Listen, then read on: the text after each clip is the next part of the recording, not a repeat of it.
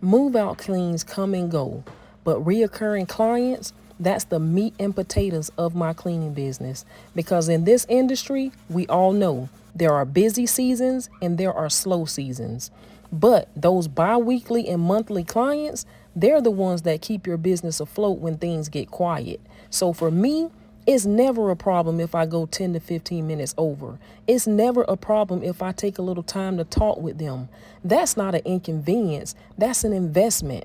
Because the truth is, we're a team. There are going to be days where life hits them and the house isn't picked up like usual, and I show grace. And then there are days where I might not be at my best.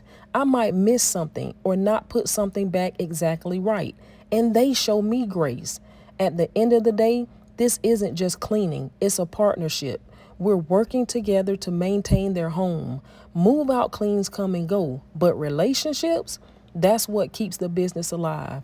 This is part 12 and the final of the move out clean.